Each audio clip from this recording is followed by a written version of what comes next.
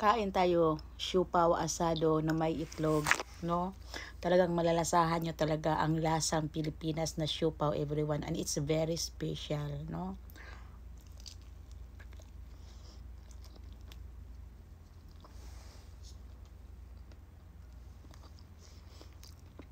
Sarap talaga siya, everyone. Pang breakfast, baon, no? At pagising mo sa umaga, like me, gusto mo mayroon kang kakainin agad. So, mag-init ka lang ng siupaw.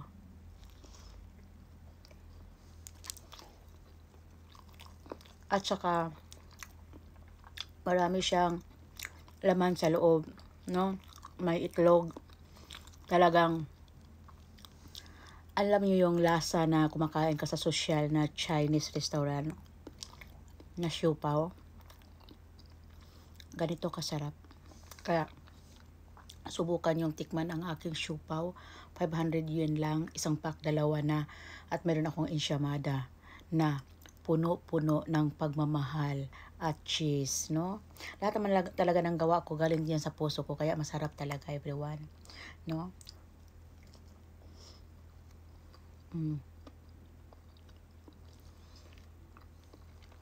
Order na kayo. At ako naman, pagkatapos nito mag-grocery ako ng ating mga ricados, no? Dapat more cheese na stock. Maraming gatas, no? Para masarap yung dough.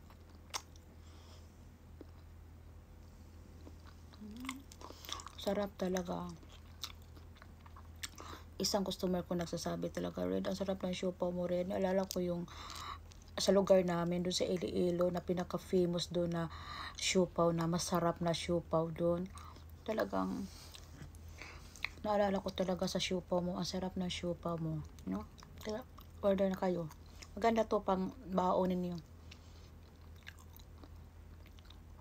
At fresh na fresh.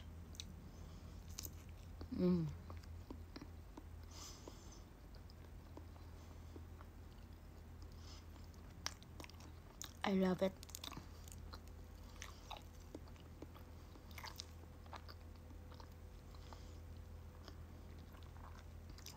Hindi tinipid sa karne dahil pag nakain nyo to, matitikman nyo talaga na may karne, talaga may manok, no? Manok ang nilagay ko kasi masarap ang manok.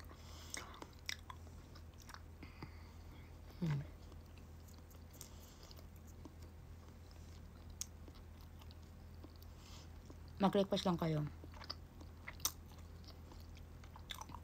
Kung anong gustong siupaw ang kainin niyo, yung pork ba, chicken, no?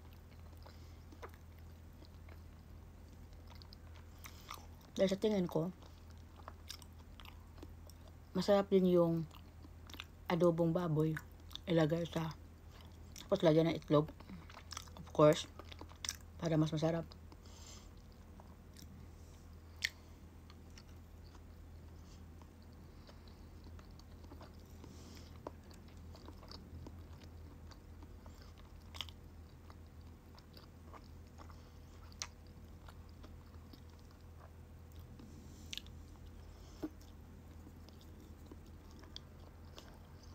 Masarap.